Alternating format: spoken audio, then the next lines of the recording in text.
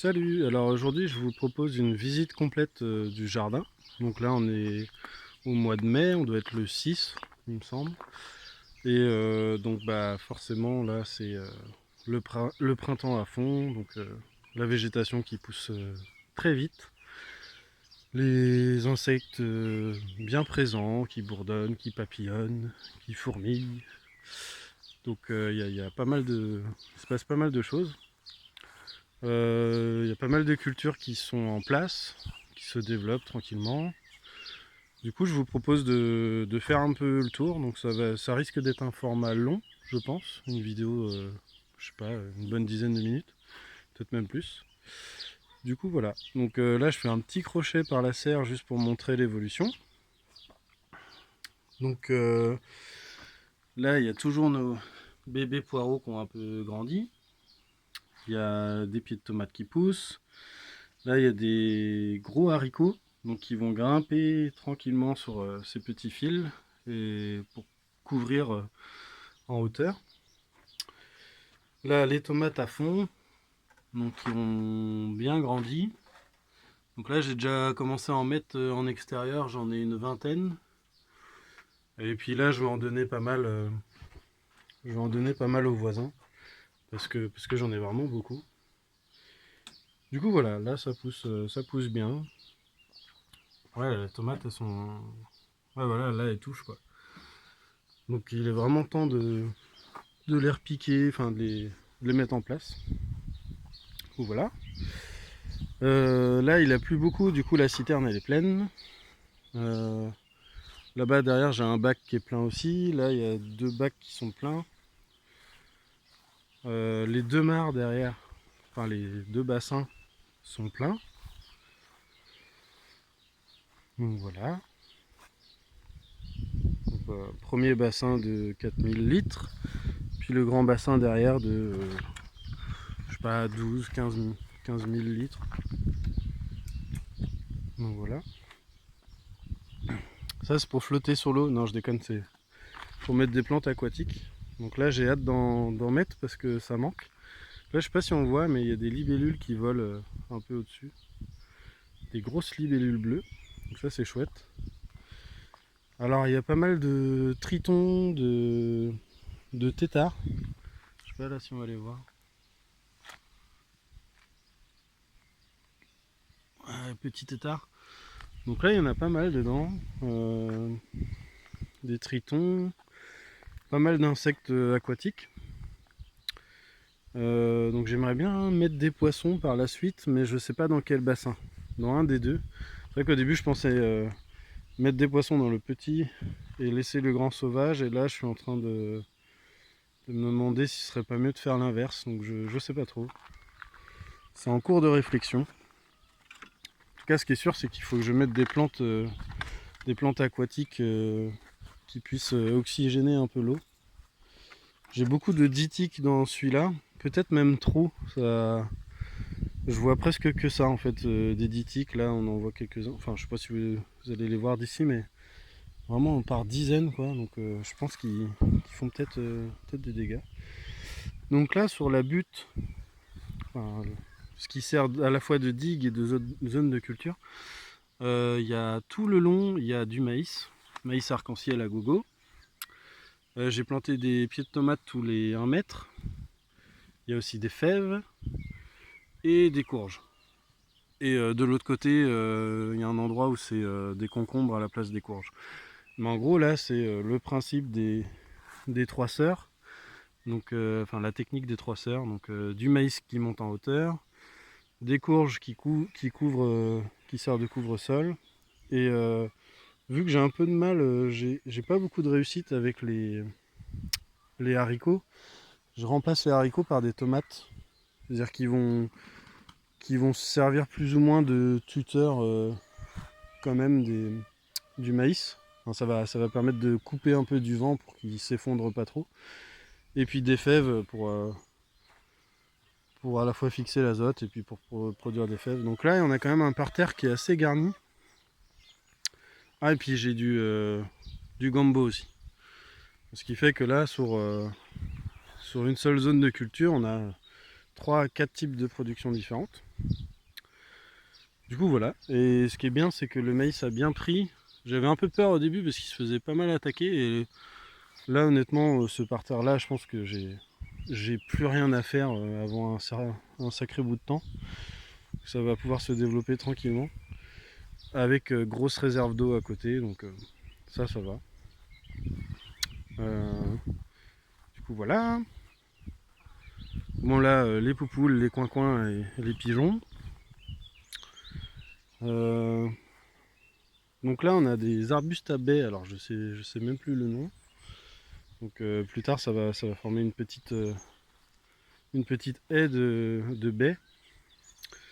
Là un pommier. Donc lui il va rien donner avant peut-être 4-5 ans. Mais ce qui va être bien c'est qu'il va pouvoir apporter de l'ombre dans les années futures. Donc j'en ai planté un peu partout, là on les voit un peu plus, j'en ai un peu là-bas. Donc là on a des oignons. Alors les oignons, enfin, c'est bien de parler de ce qui marche, mais aussi de ce qui marche pas. Et les oignons, honnêtement, tous les ans j'essaye d'en faire et c'est plus ou moins une catastrophe. Et ça m'agace un peu parce que c'est ce qu'on consomme le plus. Vraiment les oignons, on en consomme vraiment beaucoup.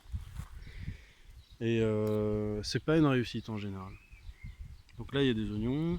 Il y a aussi du maïs qui lui a été semé en direct.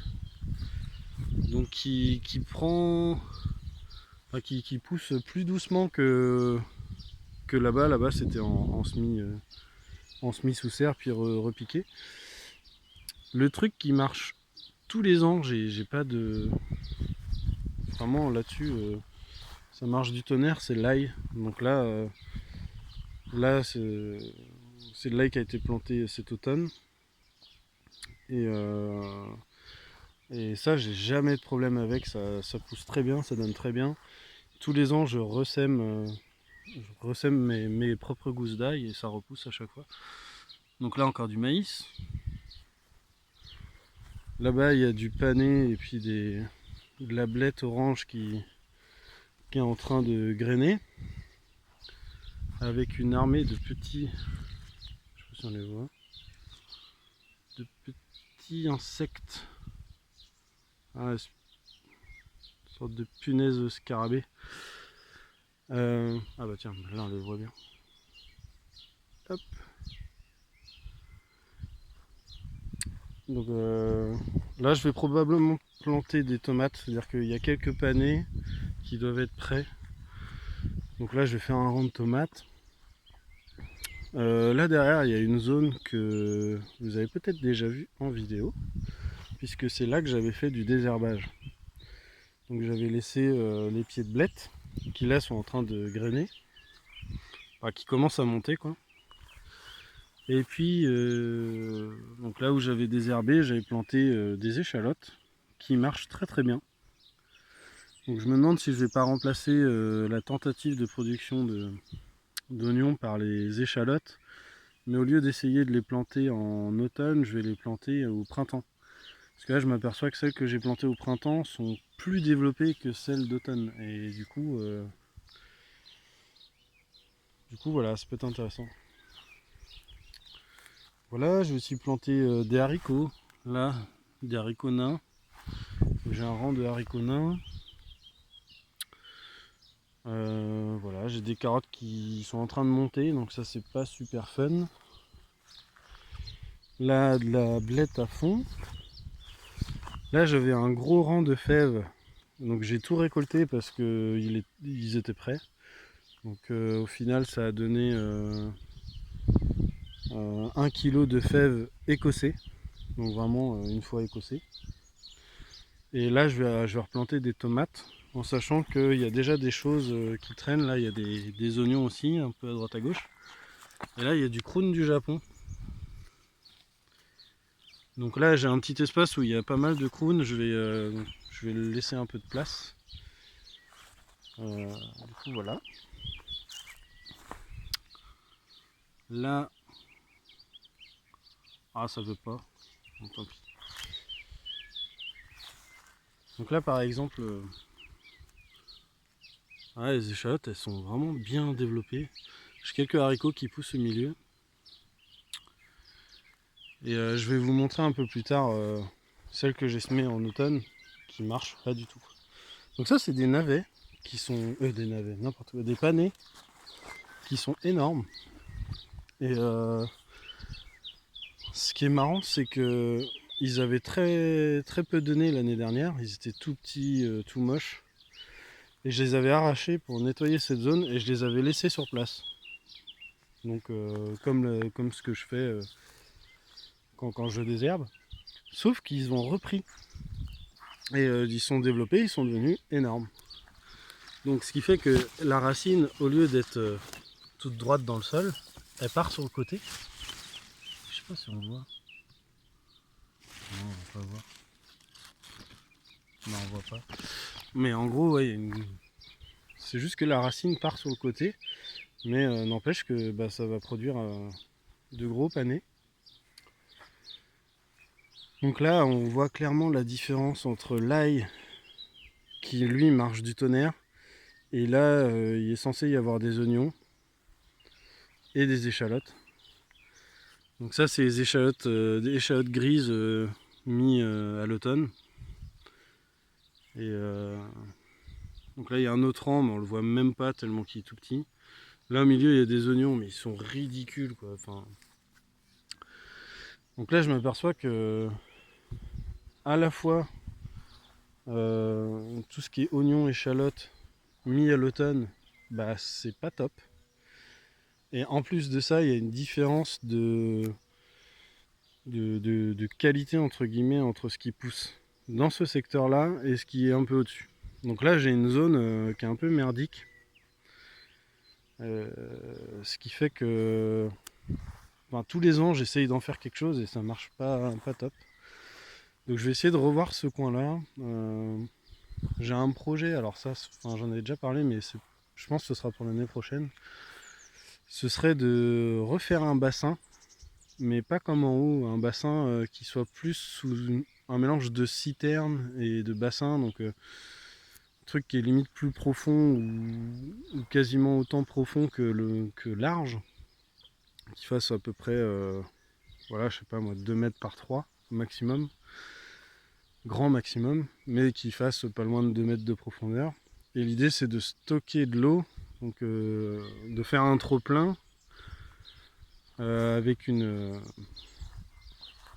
comment dire, un petit caniveau là le long du chemin et refaire le dallage au passage pour pouvoir capter l'eau de pluie de la surface du chemin, plus le trop plein de la mare en haut qui viendra alimenter ce bassin là, et ce qui permet vraiment de stocker de l'eau ici et d'avoir une totale indépendance pour les périodes de sécheresse pour cette zone de culture et les alentours, c'est à dire avoir un système d'autonomie pour ce périmètre là de culture, sachant que là-haut, vu qu'il y a les deux bassins, bon bah il y a de l'eau pour tous les parterres qui sont en haut, et donc là ça permettrait d'avoir une autonomie un peu plus développée encore.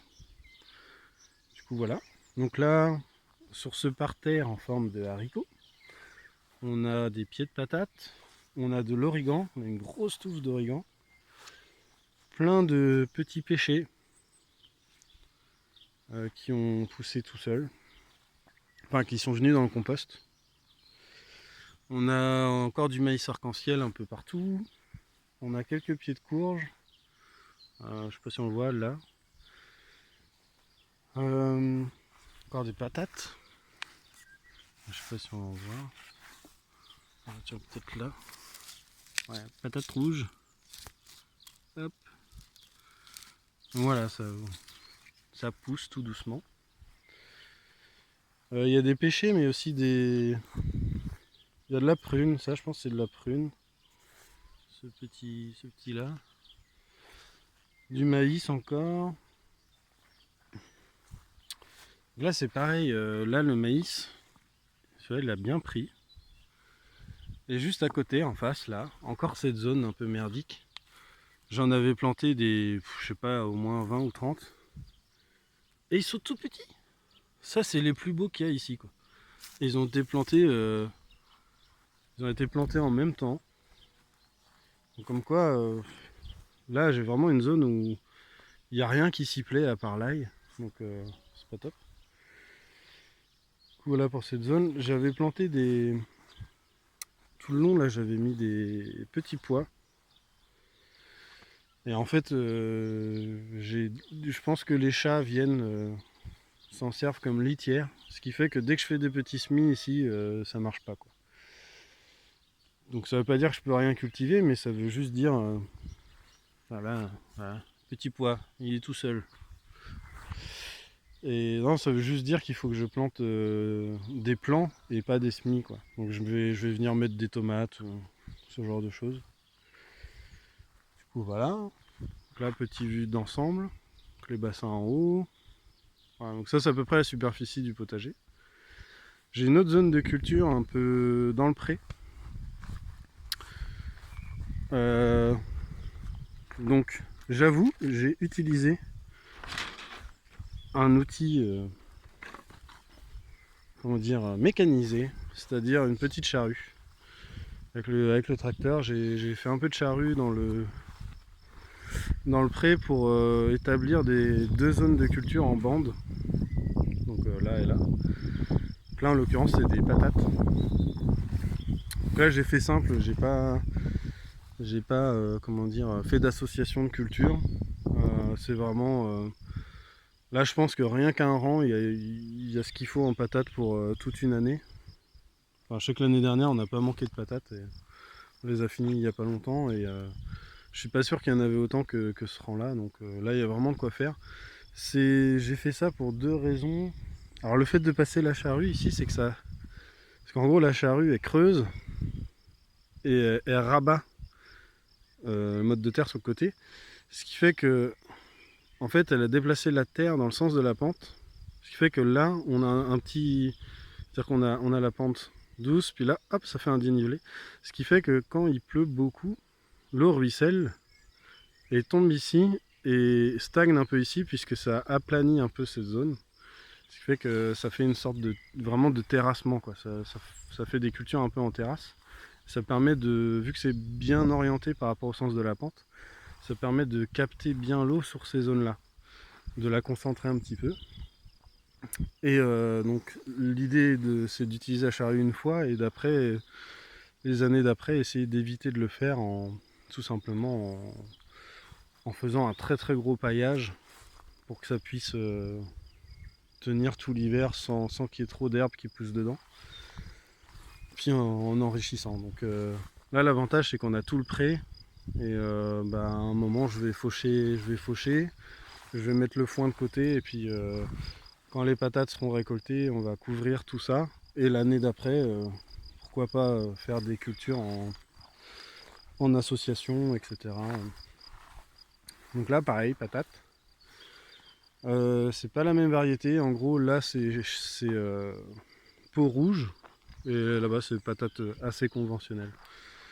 Là on a quand même ouais, je sais pas si on le voit le dénivelé, mais vraiment genre là il y a la pente et puis là ça aplanit, ça fait vraiment une terrasse quoi. Donc, je suis pas trop pour l'utilisation de gros engins agricoles. En même temps là c'est vraiment une petite charrue, un socle, donc c'est pas non plus mais ça reste un bouleversement pour les sols. Du coup voilà. Sinon le pré. Voilà. Alors là, les petits bâtons, c'est une rangée d'arbres, de noyers. Petits noyers qui ont quand même réussi à survivre à la sécheresse de l'année dernière. Et c'est quand même un exploit. Moi j'y croyais pas, hein, je pensais qu'ils étaient morts. Et en fait non, ils ont survécu. Donc ça c'est chouette.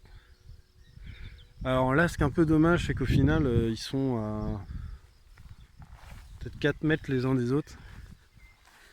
Et honnêtement c'est beaucoup trop près, il faudrait qu'ils soient au moins tous les 8 mètres quoi. Qu'en tout là il y en a 8.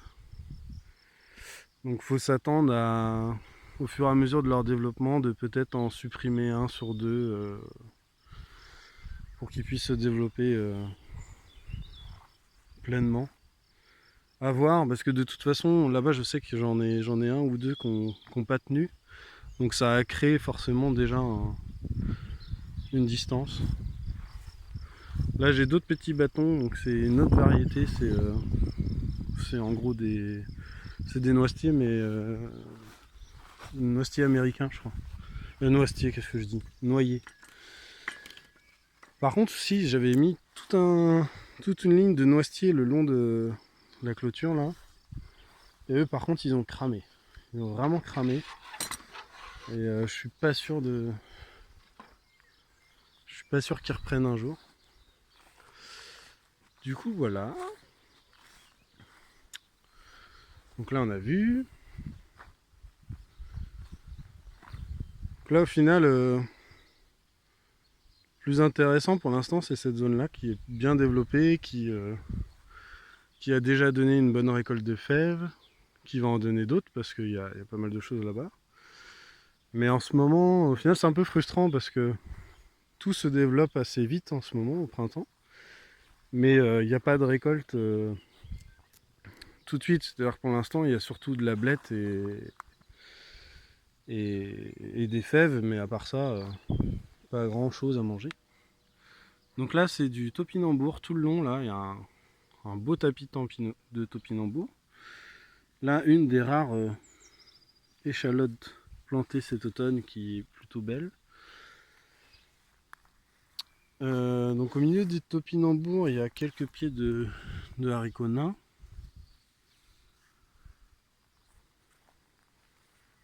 Voilà. Donc là, un autre arbre fruitier, pommier. Là, il y en a un autre là, il y en a un autre derrière. Là, c'est une petite zone un peu, un peu sauvage. En dessous, c'est des fraisiers. Voilà, on les voit. Ah bah tiens, petite fraise qui commence. Et voilà.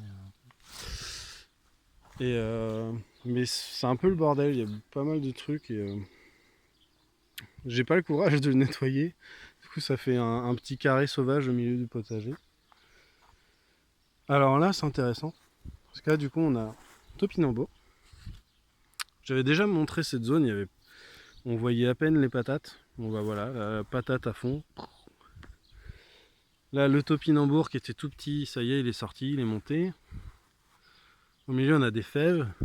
Celle-là qui, ça y est, elle donne. Je sais pas si on voit. Hop.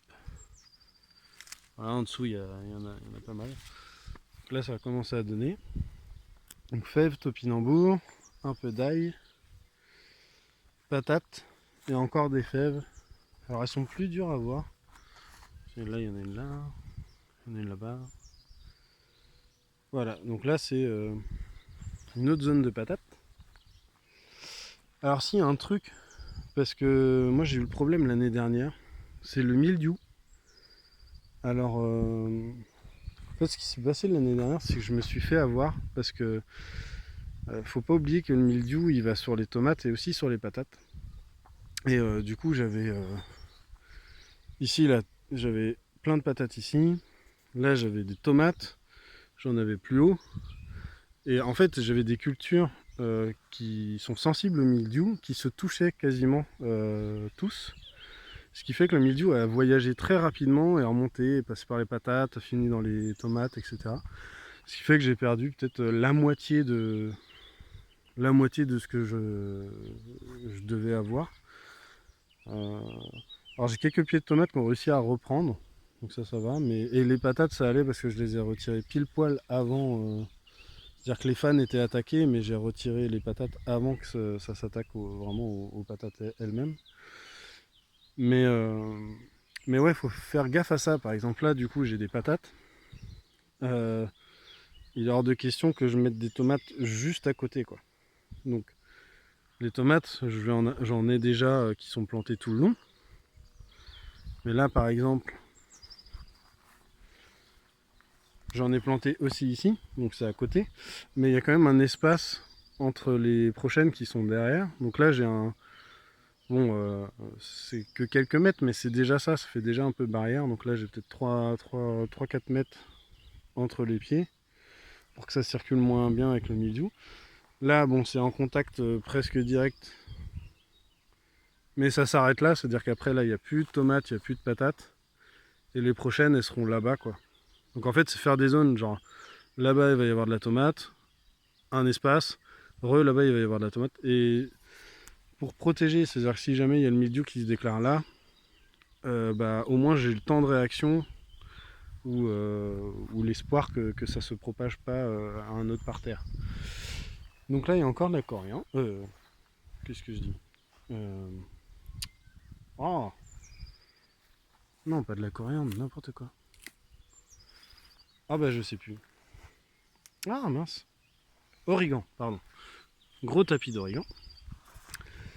Si, alors celles-là, elles sont quand même de cet automne, ces échalotes-là, et elles se placent bien ici. Je pense que là-bas, la terre est trop compacte, et ça garde peut-être trop l'eau, et les oignons, ils doivent pas aimer ça. Alors que là, c'est plus drainé et tout, donc c'est mieux. Donc là, il y a du persil plat d'Italie.